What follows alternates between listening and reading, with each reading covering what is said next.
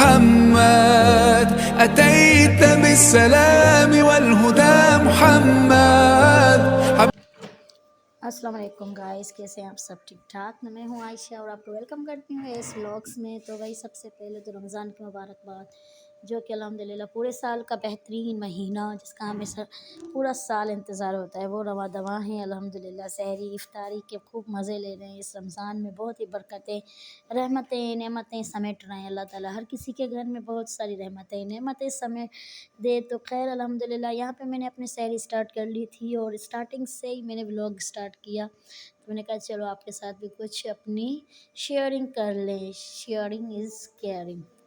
خیر یہاں سے میں نے سٹارٹ کی، اپنی سحری کا آغاز کیا. سحری میں نے کچھ اتنا خاص بنایا نہیں تھا، یہی کباب کے ساتھ پراٹھا تھا اور یہاں پہ پانی لے کے بیٹھنا اور اپنا سحری تناول فرمانا. الحمدللہ اللہ کا شکر ہے کہ ہم نے یہ روزے رکھنے کی سعادت نصیب فرمائی. اور بس سحری کے بعد پھر میں نے اپنے قرآن شریف کی تلاوت فرمائی. اور ویسے تو میں نا قرآن کی تلاوت وتھ میننگ بھی کرتی ہوں اور وداؤٹ میننگ بھی کرتی ہوں.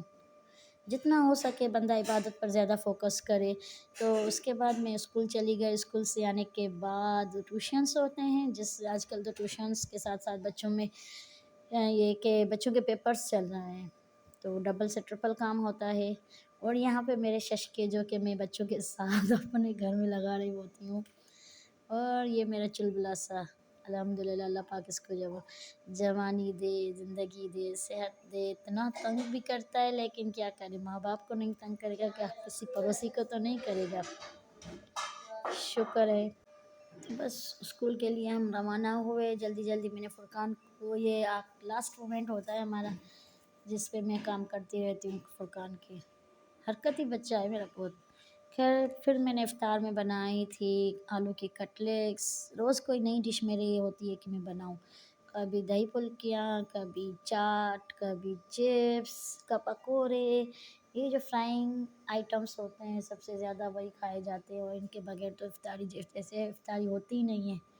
ایک دن میں نے سینڈوچ بنائے لیکن یہ چیزیں نہیں بنائی تو میرے گھر والے کہتے کیا ہو گیا، یہ چیزیں کیوں نہیں ہیں؟ یعنی کہ بنائیں تبھی مصیبت، نہ بنائیں تو بھی مصیبت.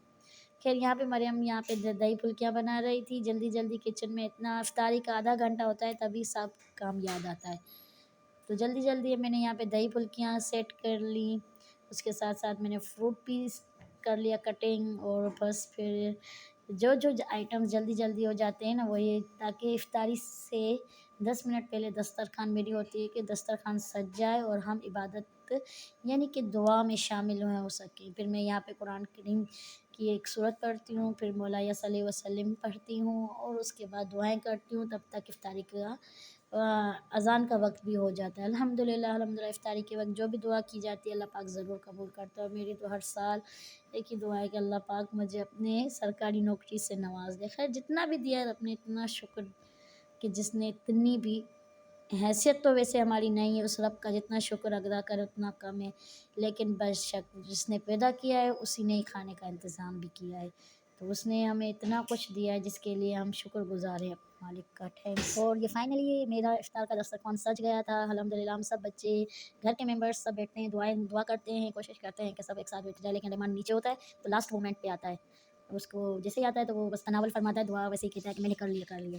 اور بس افطاری کے بعد میرا ششکا ہوتا ہے کہ میں اپنے چاکلیٹس لوں، ٹافیاں لوں اور بہت ساری چیزیں ہوتی ہیں کھانے کے لیے. تو جیسے جیسے ملتی ہیں جو موڈ ہوتا ہے میں لے کے آ جاتی ہوں اور اپنے ہی کھاتی ہوں. لیکن موسٹلی چاکلیٹ پیراڈائز زیادہ مجھے اچھا لگتا ہے، میں وہی سب سے زیادہ لیتی ہوں. سنم سپاری یہ چیزیں میں اپنے ہسبینڈ سے لے رہی تھی. Thanks for watching. اللہ حافظ.